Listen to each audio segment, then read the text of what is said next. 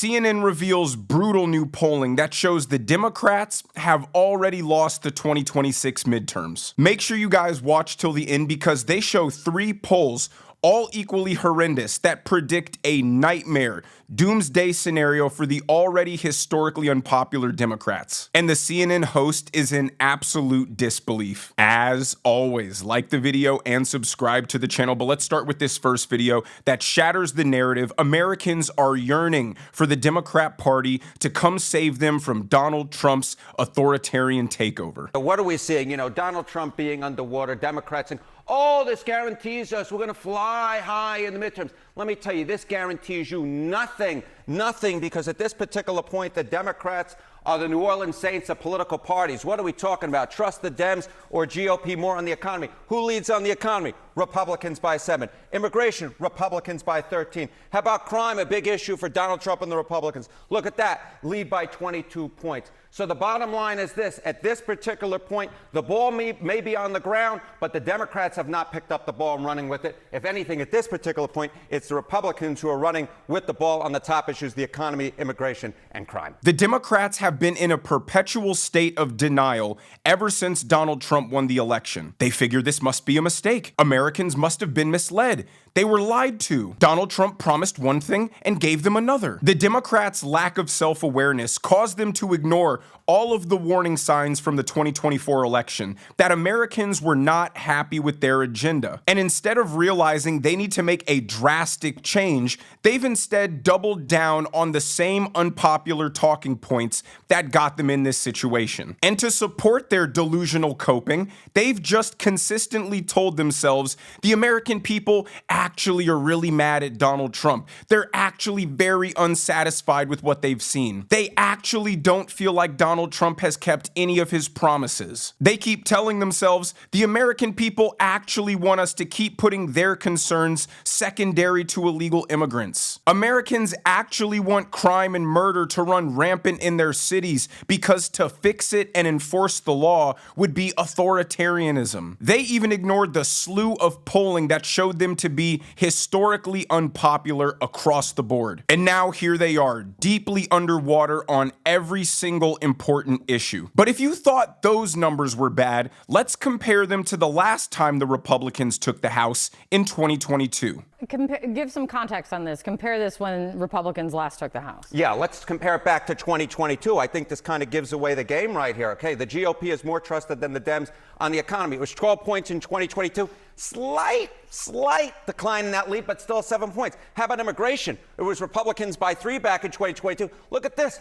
The Republican lead's actually gone up by 10 points. What are you doing, Democrats? My goodness gracious. And on crime, the Republicans were up by 13, and now they're up by 22. The lead again expanding by nearly double digits. So whatever Democrats are doing, it ain't working, Kate. It ain't working. Republicans have the lead on all 3 issues. What's the reason that you are finding so far that's driving this? Yeah, I mean, look, it's all about the center of the electorate, right? You win with independents, you win overall. And what do we see right here among independents? Republicans still have a point lead on the economy. They got a 10-point lead on immigration. They got a 21-point lead on crime. So the Republicans lost 5 points on the economy, gained 10 in immigration, and gained 9 in crime. That is a net gain of 14 points. This is about to be a bloodbath for the Democrats. And the second poll that showed just independents, that was the nail in the coffin. The Democrats aren't competitive because their ideas are absolutely horrendous. You can't name one policy that remotely makes any sense at all. And that's why for the past 9 months, they focused exclusively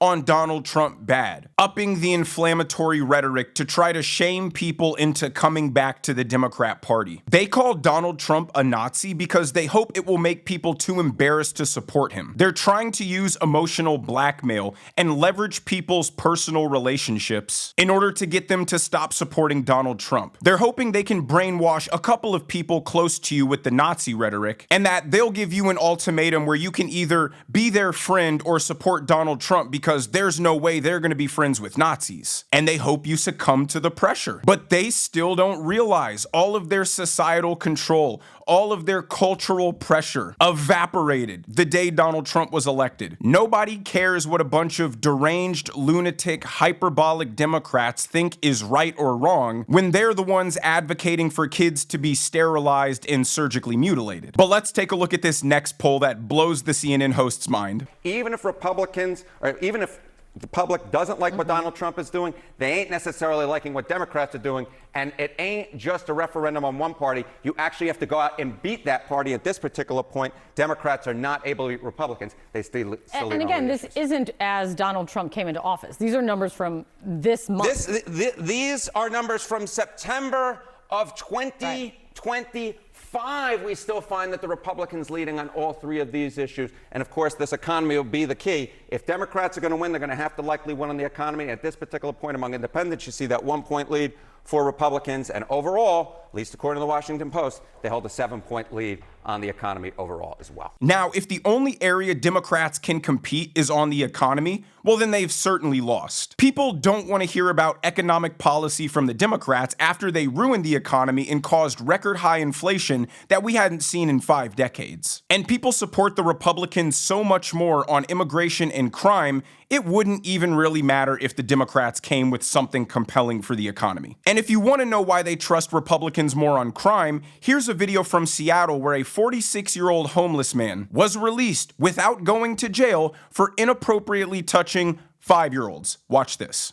Days after a 46-year-old man was arrested at this tent city in South Seattle, the King County Prosecuting Attorney's Office confirms prosecutors didn't meet the state's 72-hour deadline to file formal charges, and the suspect was released from jail. This is not something that will be on the back burner for Seattle police or for prosecutors. This is a very important investigation. Police say a resident reported seeing the man trying to lure a 5-year-old girl into his tent. The police report states the child later described being inappropriately touched on 2 separate days by a man she identified as someone living here, along with the color of his tent. But days after the judge set the suspect's bail at $750,000 at the first court appearance, the suspect walked free. When people see stuff like this, they immediately associate it with the Democrats, and they aren't willing to be lectured about compassionate social justice reform and why mass incarceration is a bad thing and why we just need more mental health professionals and why we have to show compassion and understanding to our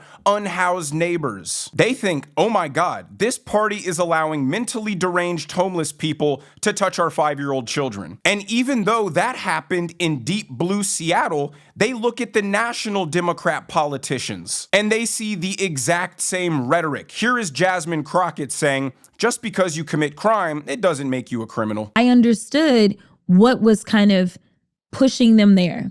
And so I do want people to know that just because someone has committed a crime, it doesn't make them a criminal.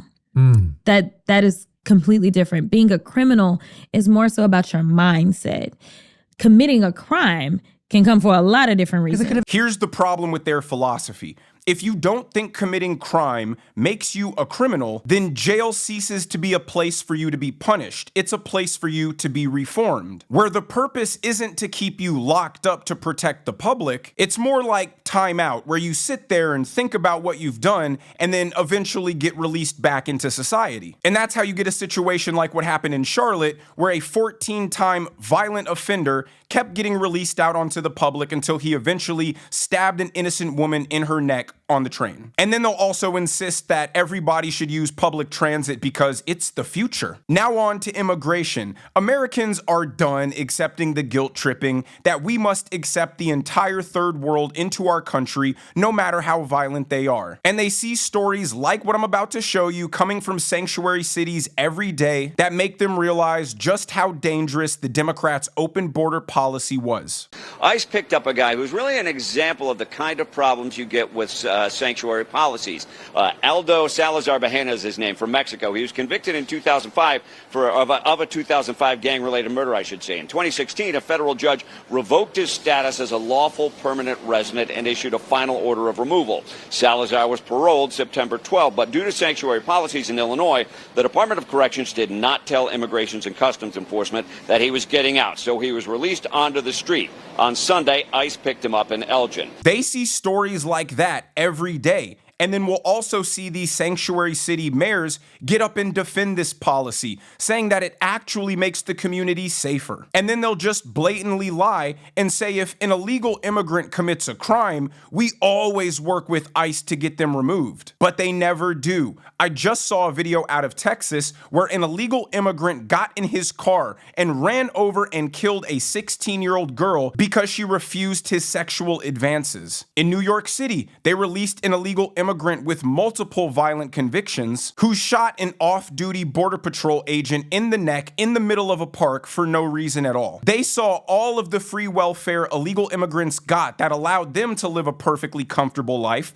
have 4, 5, 6 children, while regular hard-working Americans are struggling and can't afford to send their 1, maybe 2 children to daycare. And if they thought this might be contained to a sanctuary city problem, once again, they look at their federal Democrat politicians and hear stuff like Chuck Schumer saying he just wants all the illegal immigrants to become citizens. Watch. Now more than ever, we're short of workers. We have a population that is not reproducing it on its own with the same level that it used to. The only way we're going to have a great future in America is if we welcome and embrace immigrants, the dreamers, and all of them, because our ultimate goal is to help the dreamers, but get a path to citizenship for all 11 million or however many undocumented there are here. Democrats want Americans to accept second-class status in their own country and be happy about it. Rich, well-to-do liberals who think they're the nicest, kindest people in the world and love virtue signaling pretend that their hearts are so gigantic, they have so much care and compassion to go around, that they're better than you and I because their compassion isn't just restricted to their friends and their family and their community. They have so much love to give that they care about the MS-13 gang members in Maryland. And they want you to feel like a bad person if you care about your child's safety more than the comfortability of some illegals who broke into the country. And they are surprised that Americans are rejecting that premise. People couldn't be more clear with the Democrats. They've showed them through polling with their historically low favorability numbers that people aren't buying what they're selling. But Democrats are allergic to accountability. They can't be wrong because that would be an indictment on themselves. That would destroy the foundation for their self-worth, being better, smarter, kinder than MAGA, and double down on the same idiocy because at least then they can exist comfortably in their delusional echo chamber bubble. If they pop that and come and live in reality with the rest of us, then they'll have to be faced with the realization that they have nothing, they are nothing, nobody takes them seriously, and they are doomed to lose the next couple of elections. But let me know what you guys think down in the comment section below. If you enjoyed the video, make sure you hit that like button. Make sure you subscribe to the channel if you haven't already. Turn on those notification bells so you never miss a video. And I will see you guys in the next one.